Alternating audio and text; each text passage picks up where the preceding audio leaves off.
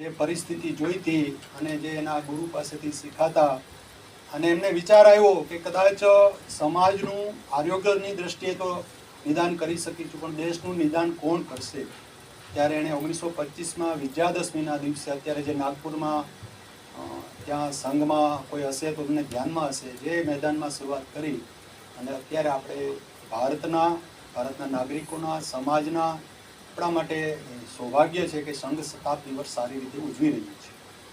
તો સંગ સરિતા બહ રહી હે વહ ભગીરથ કી અનોખી, વિજય ગાથા કહ રહી હે ઇસ ભગીરથ કી અનોખી. સંઘની જે ગંગા વહી છે આ 100 વર્ષમાં ત્યારે અહીં પહોંચી છે. અને ખબર છે કે જ્યારે સંઘની શરૂઆત થઈ હતી ત્યારે એક કાર્યક્રમ હતો અને એવું કહેવામાં આવતું જે હિન્દુ સમાજની પરિસ્થિતિ હતી ને સંઘ જેના માટે શરૂઆત કરી હતી એવા હિન્દુ સમાજ અત્યારે પણ એટલી બધી પરિસ્થિતિ એવી છે કે જ્ઞાતિ જાતિ ઊંચ નીચ અસ્પૃશ્યતા અત્યારે પણ પરિસ્થિતિ છે. આજથી 100 વર્ષ પહેલાં કેવી પરિસ્થિતિ હશે અને અંગ્રેજોનું શાસન, આ બધી પરિસ્થિતિમાં એવું કહેવાતું કે ભાઈ હિન્દુ સમાજને એક કદી ના થાય, જેમ કે દેડકાને તમારે જોખવા હોય તો એક દેડકાને મૂકો તો બીજો ભાગી જાય. આ પરિસ્થિતિમાં કે હિન્દુ સમાજ તારે જ 4 હિન્દુ ત્યારે જ એક હોય કે એની ખંભે 5મો હિન્દુ, એટલે કે સ્મશાને કોઈને લઈ જતા હોય ત્યારે. આ પરિસ્થિતિમાં ડૉક્ટર કેશવરાવ બલિરામ હેડગેવારે સંઘની સ્થાપના કરી અને અત્યારે જે થોડા સમયમાં 15-20 દિવસમાં જે શરૂ થયું હતું, ટ્વિટર, ફેસબુક, વોટ્સએપ, સમાચાર પત્રો, મીડિયા, સંઘ ચાલે છે. એમાં એમનો સ્વીકાર્યતા પણ છે અને વિરોધ પણ છે, સલાહ પણ છે, ઘણું બધું છે. પણ આપણા સૌભાગ્ય એવું છે કે અત્યારના સમયમાં જ્યાં અર્થ, પૈસો જ પ્રાધાન્ય હોય દરેક ક્ષેત્રમાં, અને એ સમયમાં સંઘના મુખ્ય વડા એવું કહેતા હોય કે સંઘમાં આવવાથી તમને કંઈ મળશે નહીં અને જે છે એ પણ તમારું ઓછું થશે. આ સમયમાં પણ આજે 5મી પેઢીના સ્વયંસેવકો કાર્ય કરી રહ્યા છે. મુખ્ય સ્થાન ઉપર તો 5-25 નામ આપણને યાદ હોય, બાકીના તો હજારો કાર્યકર્તા 5મી પેઢી સુધી અત્યારે કામ કરી રહ્યા છે. અને ક્યાં સુધીનું, એક કાશ્મીરથી કન્યાકુમારી, કચ્છથી આસામ સુધી, અને જ્યાં પણ ભારતીય છે તો હિન્દુ સમાજ છે વિશ્વના 40 દેશોમાં ત્યાં સંઘ પહોંચ્યો છે. તો આ કઈ રીતે કરી શક્યા? આપણે એમ કહીએ છીએ કે ભાઈ અત્યારે આ પરિસ્થિતિમાં કોઈ માણસ સેવા ન કરે છતાં પણ સેવાના ભાવથી આટલું મોટું કામ થઈ રહ્યું છે, આપણા એ જોઈ રહ્યા છીએ.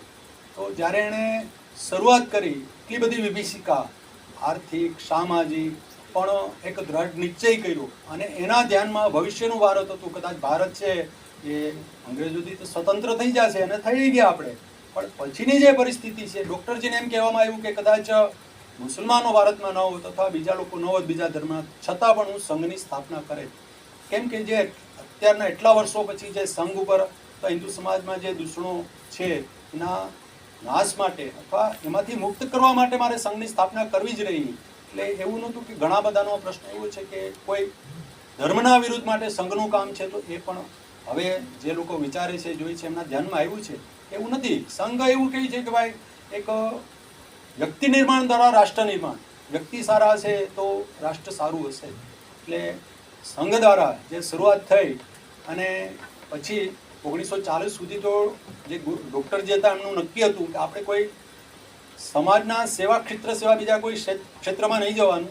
એટલે એમણે 40 સુધી કોઈ રાજકીય ક્ષેત્ર અથવા કોઈ ક્ષેત્ર શરૂ નહોતું કર્યું. પણ બીજા જે સરસંઘચાલક આવ્યા, ગુરુજી માધવરાવ સદાશિવ ગોલવલકર, એમણે જોયું કે કદાચ આપણી શક્તિ ઓછી હશે તો આપણે સારું પણ કામ કરીએ છતાં આ સમાજ આપણને જે વિરોધીઓ છે જીવવા નહીં દે. અને પછી એણે 1950થી જે કાર્યકર્તાને તૈયાર કરી અને અલગ અલગ ક્ષેત્રોમાં જે કામ શરૂ કર્યું, એમાં આપણે જોઈએ તો ભારતીય વિદ્યાર્થી પરિષદ, અખિલ ભારતીય મજદૂર સંઘ, કિસાન સંઘ, આવા અલગ અલગ, અને બધા તે આપણા જે આ ભવન છે એમાં બેઠા છે એના એક કાર્યકર્તા દ્વારા નિર્માણ થયેલું છે. કેમ કે 2006માં આપણા એક કાર્યકર્તા મુખ્યમંત્રી પદે આવ્યા, એમના ઉદ્ઘાટનમાં હું હાજર હતો. ત્યારે એણે એમ કીધેલું કે આ ભવન છે, જે આ મહેલ છે એ તો હતો, બાકીની બે જગ્યા હતી અને અહીંનો દુરુપયોગ થતો બધો. તો પણ એમને વિચાર આવ્યો સંઘના સ્વયંસેવક તરીકે કે અહીં મારે કંઈક કરવું જોઈએ. અને અત્યારે આપણે જોઈ રહ્યા છીએ કે આ એમના એક સંઘના સ્વયંસેવક દ્વારા વિચાર દ્વારા મૂર્તમંત થયેલી આ યુનિવર્સિટી છે. તો એક ડૉક્ટરજી દ્વારા તૈયાર થયેલા સંઘના કાર્યકર્તા એને પોતાને જો તૈયાર કરીને મોકલે તો કયા ક્ષેત્રમાં કેટલું કામ કરી શકે એ આપણે આ ભવન જે નિર્માણ થયું છે અને જે કુલપતિ શ્રી ગોબંધુ મિશ્રા જે સંસ્કૃત ભારતીના અધ્યક્ષ હતા એને લીધે અમારે ઘણી વખત એમને મળવાનું પણ થતું, અમારા વર્ગો પણ થતા સંસ્કૃત ભારતીના, બાલ વર્ગ, સંઘના પ્રાથમિક વર્ગ. એટલે અત્યારે અમારું ભવન થઈ ગયું છે એટલે અમારો વધારે કાર્યક્રમ ત્યાં થાય છે સંઘનું પોતાનું. બાકી અમે સંસ્કૃત યુનિવર્સિટીમાં જ્યારે આવતા ત્યારે અમને મળવાનું થતું, એટલે ઘણું બધું જાણવા મળતું. અને એમનું કહેવાનું હતું કે જે કાર્યકર્તાએ જે આ શરૂઆત કરી છે એનું કહેવાનું હતું કે આપણી જેટલી પણ પ્રાચીન જેટલી વિદ્યા હતી અથવા અભ્યાસ હતા એ બધા મારે અહીં શરૂ કરવા છે, જેટલું થાય એટલું તો પ્રયત્ન કરે છે. એટલે એક કાર્યકર્તા દ્વારા થયેલું આ ભવન છે એ નિર્માણ થયેલું છે એ પણ આપણા ધ્યાનમાં આવ્યું. બીજું એક કાર્યકર્તા નિર્માણ કરતાં એક કાર્યકર્તા જ્યાં સંઘે મોકલાય કેવડું મોટું કામ કરે છે, એનાથી દેશ કેટલો બચ્યો છે અથવા દેશ છે ત્યાં ટકી રહ્યો છે. એકનાથજી રાનડે કરીને સંઘના એક કાર્યકર્તા, આપણે ખબર હોય તો સ્વામી વિવેકાનંદ જે સિક્કો ગાદી પાછા આવ્યા અને વિવેકાનંદ શિલા સ્મારક કન્યાકુમારી એમણે પોતે ધ્યાન ધર્યું ભારત માતાનું અને એમણે કહ્યું કે ભારતનો પ્રવાસ કરી અને દેશ પાછો ઊભો થાય. હવે એ જગ્યાએ ક્રિશ્ચન મિશનની ધ્યાનમાં આવી અને એ પોતે બહુ મોટું ચર્ચનું નિર્માણ કરવાના હતા અને સંઘના ધ્યાનમાં આવ્યું. સંઘે જે ગુરુજી હતા એમણે એકનાથજી રાનડેને કીધું આપ ત્યાં જઈ અને એક વિવેકાનંદ મંદિર આપણું છે એમનું કંઈ નિર્માણ કરો. અને એટલી બધી કઠિન પરિસ્થિતિમાં તામિલનાડુમાં જે સરકાર હતી એ વિરોધી, કેન્દ્રમાં વિરોધી, છતાં પણ એ માણસે જેમ કહેવાય ને ભગીરથ પ્રયત્ન, એક રૂપિયાનું અનુદાન લીધું, એક રૂપિયાનું અને હિસાબ સાથે. અને આપણે જોઈએ છીએ કે અત્યારે વિવેકાનંદ કેન્દ્ર કન્યાકુમારીમાં ઊભું છે અને એના દ્વારા એટલા બધી કામ થાય છે. એના દરેક કાર્યકર્તા જેમ સંઘમાં પ્રચારકો હોય છે એમ વિવેકાનંદ કેન્દ્રમાં જીવનવ્રતી સેવાવ્રતી બહેનો ભાઈઓ નીકળે છે અને એનાથી બધાથી મોટું કામ થયું છે જે આપણે પૂર્વાંચલ છે, સપ્તભગીની જેને કહીએ છીએ આપણે, આસામ, અરુણાચલ પ્રદેશ, મેઘાલય, નાગાલેન્ડમાં જેટલું પણ હિન્દુત્વ, ભાષા, સંસ્કૃતિ બચ્યા છે એમાંથી બધાથી મોટો ફાળો છે વિવેકાનંદ કેન્દ્રનો છે. અને એ વિવેકાનંદ કેન્દ્રને શરૂઆત કરવાના એક કાર્યકર્તા ત્યારે પછીની એના પછીના આપણે ધ્યાનમાં હોય તો પરમેશ્વરનજી, નિવેદિતા દીદીજી, અત્યારે ભાનુદાસજી, આ બધા સંસ્કૃત ભારતી સાથે પણ સંકળાયેલા છે અને વિવેકાનંદ કેન્દ્રનું પણ એટલું મોટું કામ કરી રહ્યા છે. તો વિવિધ ક્ષેત્રમાં કોઈ ક્ષેત્ર એવું નથી કે સંઘના કાર્યકર્તાને ભારતીય વિચાર, ભારતીય ધર્મ, ભારતીય સંસ્કૃતિ દ્વારા એમને ત્યાં મોકલવાના અને કામ કરવાનું. ગમે એટલો ઉપવાસ થાય, વિરોધ થાય, આપણે જોઈએ છીએ છાપામાં વાંચીએ છીએ કેરળમાં અત્યાર સુધીમાં 100 કાર્યકર્તાનું બલિદાન દેવાઈ ગયું કે જે સંઘના કામ માટે જતા હોય અને ત્યાં 25% ક્રિશ્ચન, 25% મુસ્લિમ અને 50% જે હિન્દુ સમાજ છે એમાંથી સામ્યવાદી. તમારે આ પરિસ્થિતિમાં 100 કાર્યકર્તાએ બલિદાન આપીને પણ અત્યારે પણ કામ કરી રહ્યા છે. બીજા બધા જે રાજ્યો છે એમાં તો પણ સારી સ્થિતિ છે, છતાં પણ સંઘ એવું ઈચ્છે છે કે જે સમાજ છે, રાષ્ટ્ર છે, હવે તો બધા સુશિક્ષિત છે, એવું નથી કે ક્યાંય સામાન્ય જ્ઞાન નથી.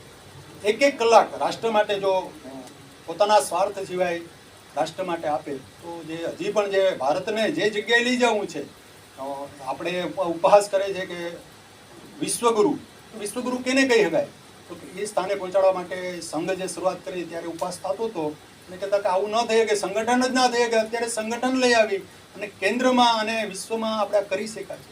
કાલે હિન્દુ રાષ્ટ્ર કરવું તો થઈ શકશે. એના માટે જે રાષ્ટ્રનિષ્ઠાવાળા, દેશનિષ્ઠાવાળા જે સજ્જનો છે એ બધાએ પ્રયત્ન કરવો જોઈએ. એટલે સંઘમાં અત્યારે એકદમ સતત કાર્યક્રમ ચાલે છે.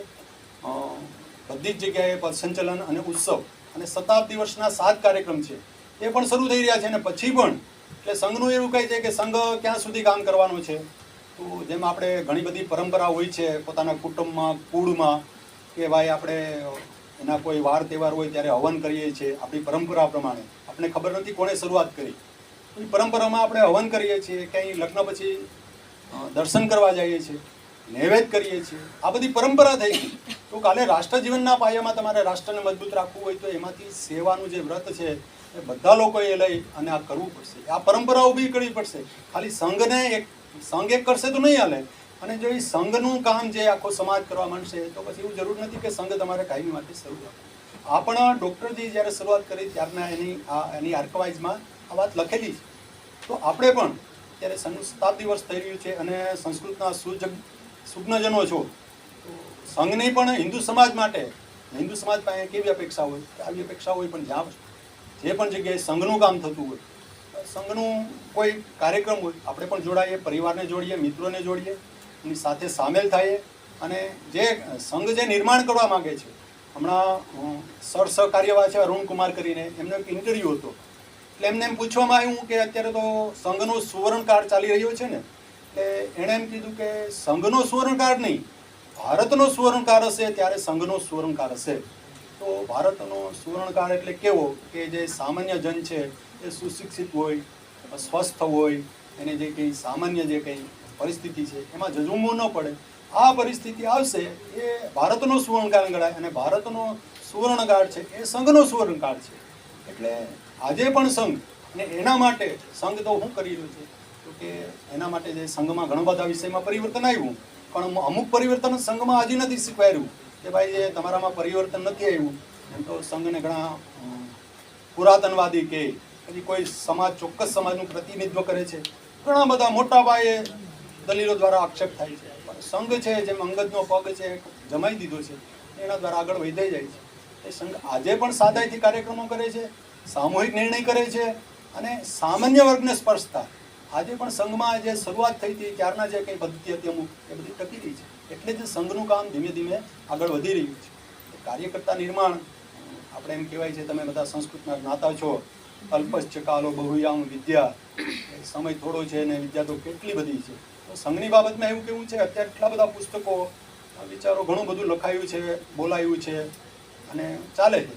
તો સંઘની એક આ બાબત છે કે કાર્યકર્તા નિર્માણ એટલે એક સામાન્ય કાર્યકર્તા. અને સંઘ એવું કહે છે બધાને કે તમે કંઈક સામાજિક કામ કરવા માટે કોઈ જગ્યાએ પહોંચો તો સંઘ તો પહોંચવાનું જ છે. અમારે આ કોરોના કાળમાં આપણું સંઘનું એક સેવા ક્ષેત્ર છે સેવા ભારતી, બધાથી વધારે એના ભારતમાં કામ થયા. પણ સંઘની એક પદ્ધતિ હતી, હવે તો પ્રચાર પ્રસાર વિભાગ શરૂ કર્યો એટલે છાપામાં આવે છે. બાકી કોઈ દિવસ કામ કરીને ખાઈ જવાનું. આપણે આપણું જે પરિવાર છે એનું કામ કરીએ છીએ, ભારત છે મારો પરિવાર છે, એનું આપણે કામ કરીએ છીએ, એના માટે પ્રસિદ્ધિ ન લેવાની હોય. તો આ પરિસ્થિતિમાં સંઘ શતાબ્દી વર્ષ ઉજવી રહ્યું છે ત્યારે ફરીથી સોમનાથ હરિહરની ભૂમિ અને સંસ્કૃત યુનિવર્સિટી આપણા સૌભાગ્ય પણ મળી છે બધાને. તો સંઘ છે એ જ્યાં પણ જે કાર્યકર્તા કંઈ વિષય મૂકવા જાય છે એટલી અપેક્ષા રાખે છે. આપણે પણ જોડાઈએ, પરિવારને જોડીએ, મિત્રોને જોડીએ, અને જ્યાં કંઈ સંઘ વિચાર છે, ભારતીય વિચાર છે, એના માટેનો પ્રયત્ન કરીએ તો આપણું જે કામ છે દેશનું, સમાજનું, રાષ્ટ્રનું, ધર્મનું, એ બહુ સારી રીતે કરી શકીશું. અને આપણે જે અત્યારે વિશ્વ ઉપહાસ કરે છે ભારતનો, એ ગણના નથી થતી, પણ એક કાર્યકર્તા આપણા ગયા છે અને ઘણું બધું કર્યું છે. ઘણા બધા કાર્યકર્તા જાય તો ઝડપથી કામ થશે અને એનો લાભ આપણને, આપણી જે પેઢીની છે એમને પણ મળશે. એટલે આવી સંઘની અપેક્ષા છે. અને મને બોલાવ્યો તો મારું બહુ સૌભાગ્ય છે. કોઈ મારી ક્ષતિ રહી ગઈ તો માફ કરજો. ફરીથી બધાને શુભેચ્છા. શતાબ્દી વર્ષના એક બે કાર્યક્રમ છે એમની તમને વાત કરી દઉં. કાલે વેરાળનગરમાં કેસીસી ગ્રાઉન્ડમાં પસંચલન છે ને ઉત્સવ છે. આપ બધા ગણવેશ હોય તોય સામેલ થઈ શકો, ના હોય તોય આવી શકો છો. પછીના 5-7 કાર્યક્રમ એના પછીના સળંગ છે એ પણ બધા એકંદરે મીડિયામાં ને બધામાં આવવાના છે. જ્યાં પણ સમય મળે ત્યાં આપ રાષ્ટ્ર સેવા માટે સામેલ થાવ. અસ્તુ. ભારત માતા કી જય.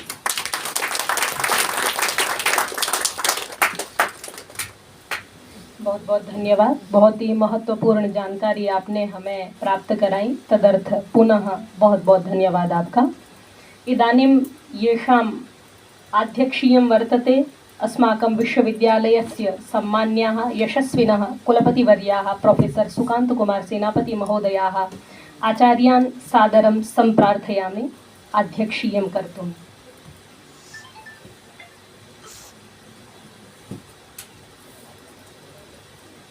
जय सोमनाथ. कृष्णम वंदे जगत गुरु. आज बहुत ही यह क्षण जो है प्रसन्नता का क्षण है हम सब के लिए. यहाँ हम लोग शैक्षिक विचार, शास्त्रों का संरक्षण, संवर्धन और सुशास्त्रकारों का जो चिंतन, उसको आगे ले जाने के लिए जो उपक्रम इस सत्र का हो रहा है, वाक्यार्थ परिषद तथा वाग्वर्धिनी परिषद का उद्घाटन सत्र है. साथ ही जिस राष्ट्र में हम पैदा हुए हैं, जिस भारत माता के गोद में हमें स्थान मिला है, उस भारत माता की विकास यात्रा को, विकास के लिए जो सतत प्रयत्नशील है राष्ट्रीय स्वयंसेवक संघ, उसका भी 100 वर्ष पूर्ति हो चुका है। शताब्दी महोत्सव अभी चल रहा है पूरे भारत में, संपन्न दिव्यता और भव्यता के साथ। तो उसका भी थोड़ा बहुत हम लोग यहाँ सब लोग अभी प्रफुल्ल भाई से हमको सुनने को मिला, शताब्दी महोत्सव के बारे में और राष्ट्रीय स्वयंसेवक संघ के बारे में। तो मैं मंचस्थ सभी महानुभावों को पहले विश्वविद्यालय की ओर से हार्दिक अभिवंदन करता हूँ। और आज इस सभागृह में समुपस्थित समस्त अध्यापक मित्रों और हमारे छात्र बांधव सभी का मैं अभिवादन करता हूँ, अभिनंदन करता हूँ। भारत वेद की भूमि है, शिक्षा की भूमि है, अनुसंधान की भूमि है, ऋषि संस्कृति की भूमि है, ऋषि संस्कृति की भूमि है, नदी संस्कृति की भूमि है, मंदिर संस्कृति की भूमि है, सनातन वैदिक संस्कृति की भूमि है, अध्यात्म तत्व चिंतन की भूमि है। इस सभी कारणों से भारत की अखंडता तथा श्रेष्ठता विश्व भर में आज प्रसिद्ध है और भारतीय चिंतन आज भी संपूर्ण है, परिपूर्ण है। उसमें लाख कोशिश करने वाले उसका कोई खंडन या उसमें कोई न्यूनता लोप लाने के लिए समर्थ नहीं हुए। उसमें उसका जो प्रतीक है भारतीय संस्कृति, वैदिक संस्कृति, उसका खंडन के लिए बहुत सारे प्रयास किया गया है भारत इतर राष्ट्र वालों ने या अवैदिक संप्रदाय ने, फिर भी यह कभी विखंडित नहीं हुई है। तो ऐसे अखंड भारत को सुरक्षित देने के लिए, अखंड भारत का शिक्षा को, अखंड भारत का शास्त्रकारों का मर्यादा रखने के लिए जो शिक्षण संस्थाएं सतत कार्य कर रही है और राष्ट्र विकास के लिए, नागरिक निर्माण के लिए, उत्तम मानव निर्माण के लिए, उत्तम नागरिक निर्माण करने के लिए जो सतत कर्तव्य निष्ठा से अपना 100 वर्ष की यात्रा यूँ देखते ही पूरी कर ली है स्वयंसेवक संघ, राष्ट्रीय स्वयंसेवक संघ, जिसका मूल भूमि नागपुर महाराष्ट्र में है, आप सबको मालूम है। तो आज के इस द्वंद्व परिषद में वाक्यार्थ तथा भागवर्धिनी परिषद तो है, इसको हम एक ही परिषद माने, और दूसरा राष्ट्रीय स्वयंसेवक संघ का शताब्दी महोत्सव का ये भी महोत्सव का क्या बोलेंगे वातावरण में हम लोग समुपस्थित हैं।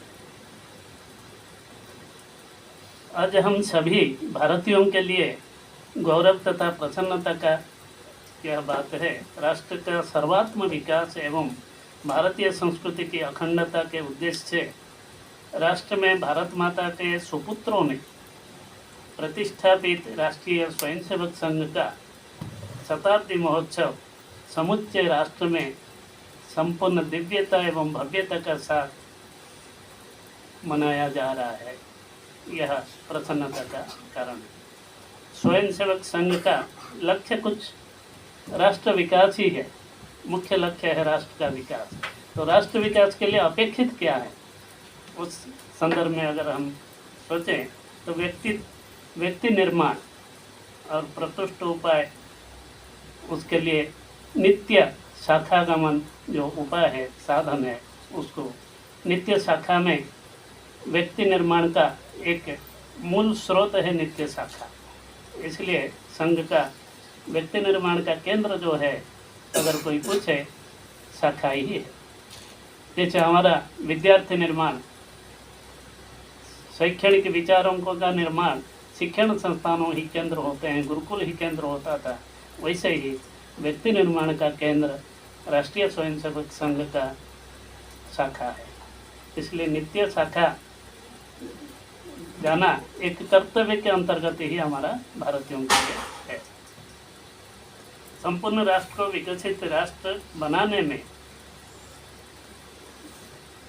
हमें कुछ अथक परिश्रम करना होता है, मेहनत करना होता है, जिसको हम कहेंगे श्रम। बहुत श्रम करने के बाद ही हमें कुछ सुफल प्राप्ति होती है या लक्ष्य पर हम पहुंच सकते हैं।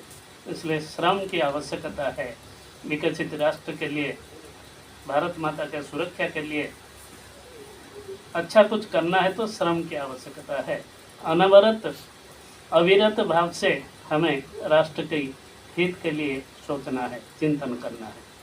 दूसरा है त्याग भाव, तो डेडिकेशन वो भी जरूरी है, जिसको हम दूसरे परिभाषा में कहें तो स्वाभिमान है।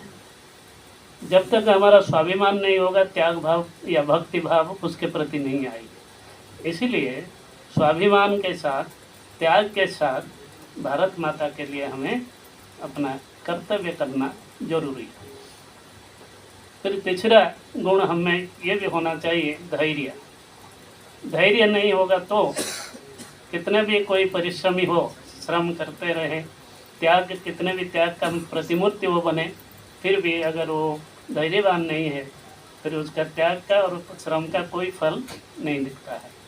इसीलिए धैर्य का भी आवश्यकता है। जो भी काम हम करेंगे, चाहे शिक्षा के क्षेत्र में, अपने व्यक्तिगत क्षेत्र में, शैक्षणिक क्षेत्र में, संस्था के क्षेत्र में, राष्ट्र के क्षेत्र में, धैर्य के साथ हमें काम करना होगा। इसलिए धैर्य की भी आवश्यकता है।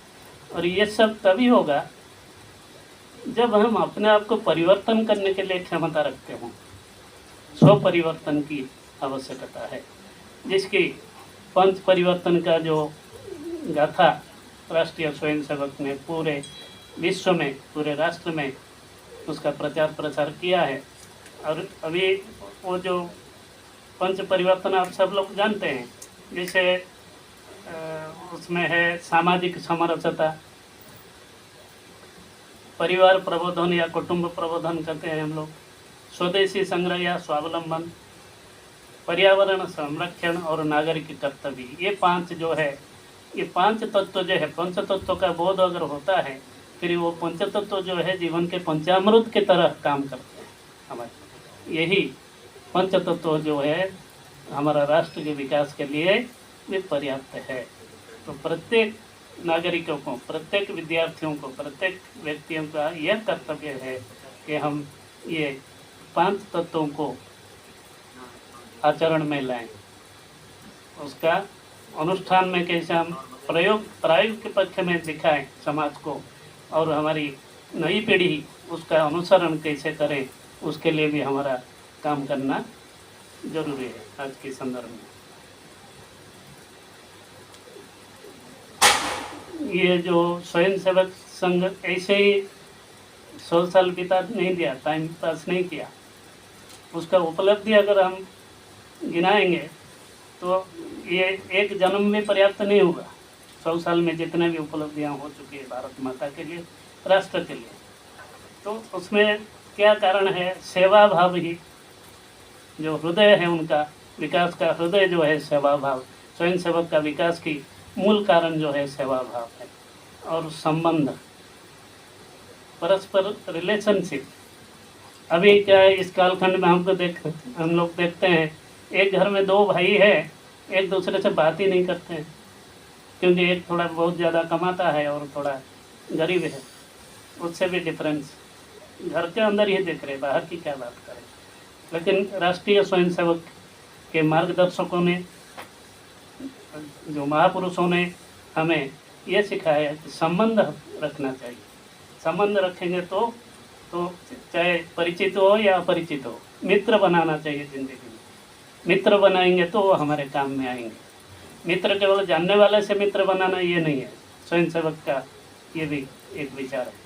चाहे अपरिचित हो, लेकिन 1 साल में एक मित्र हम अगर बनाएं, अपरिचित से परिचित बनाना, परिचित को मित्र में स्थिति में लाना, ये प्रत्येक नागरिक का कर्तव्य है। ये भी स्वयंसेवक का एक व्रत जैसा है। और संघ का कुछ दर्शन है, कुछ जीवन दर्शन है, उसको भी अनुष्ठान में लाना, आचरण में ला के ही दिखाना होता है। वो जैसे असहिष्णुता, ये नहीं होना चाहिए, ईर्ष्या भाव नहीं होना चाहिए, द्वेष नहीं करना चाहिए, न्याय में झुकना नहीं चाहिए। न्याय में आप है तो कभी भी नहीं झुकना है।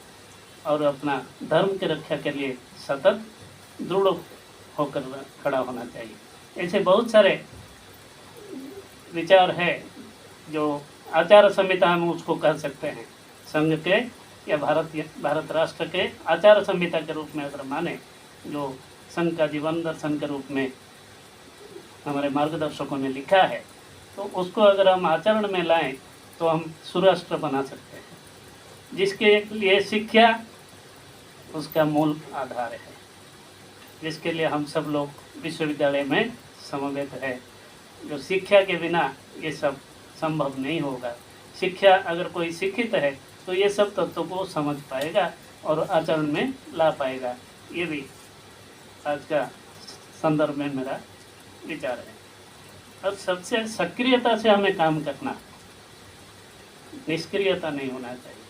चाहे देश के राष्ट्र के क्षेत्र में हो, संस्था के क्षेत्र में हो, घर में हो, गांव में हो, कहीं भी हम लोग हमारी स्थिति रहता हो, लेकिन हमको क्या करना है? सक्रियता से काम करना है। जितने हम सक्रिय रहेंगे उतना हम विकास की ओर बढ़ेंगे। इसलिए सक्रियता के रूप से हमारे प्रत्येक स्वयंसेवक लोग भी सक्रियता से ही काम करते हैं। जैसे डॉक्टर साहब के जो प्रतिष्ठाता का नाम अभी बता रहे थे, प्रफुल्ल भाई, वो अकेले स्वयंसेवक को आगे ले नहीं जा गए, लेकिन वो प्रतिष्ठाता तो है, लेकिन हजारों संख्या से ज़्यादा अभी तो लक्षों में हमारा स्वयंसेवक प्रत्येक राज्य में अगर मिलाकर हम बोलें तो लक्ष्य से लोग जो स्वयंसेवक के रूप में काम कर रहे हैं। वैसे ही अभी हमें विकसित भारत बनाने के लिए हम जिस शास्त्रों को पढ़ रहे हैं, जिस विद्या का अध्ययन कर रहे हैं, उसके द्वारा हमारा क्या कर्तव्य होना चाहिए, ये हमें वाक्यार्थ परिषद से और वाग्वर्धिनी परिषद से सीखना है। कैसे अभी कृतधित समासाश्च, जो वाक्यार्थ व्याकरण शास्त्र पर आचार्य विनोद झा जी का हम लोग सुन रहे थे, उसको मैं तो बोलूँगा कि बच्चे को माँ जैसे केले का छिलका निकाल के खिलाती है, कदली पाक बोलते हैं या द्राक्षा पाक बोलते हैं, जो आसानी से बोध हो जाता है, समझ में आ जाता है। उसी ढंग से वो कृतधित समास सूत्र पर व्याख्यात कर रहे थे। तो ऐसा सरलता से कैसे वो कर पाए, ये सीखना है गुरुओं से, ये सीखना है मार्गदर्शकों से। कैसे कर सकते हैं?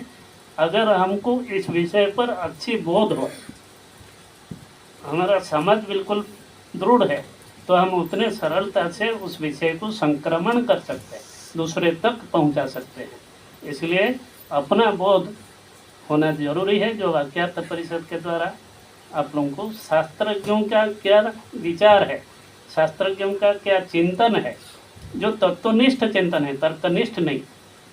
तत्वनिष्ठ चिंतन के कारण ही भारत का स्वतंत्र परिचय पूरे विश्व में है। अगर तर्कनिष्ठ चिंतन होता भारतीयों का, तो भारत विश्वगुरु कभी भी नहीं बन सकता। इसलिए भारतीय चिंतन जो है हमेशा तीनों काल में तत्वनिष्ठ चिंतन पर ही भरोसा रखा है, और उसके कारण ही उसका परिचय स्वतंत्र है।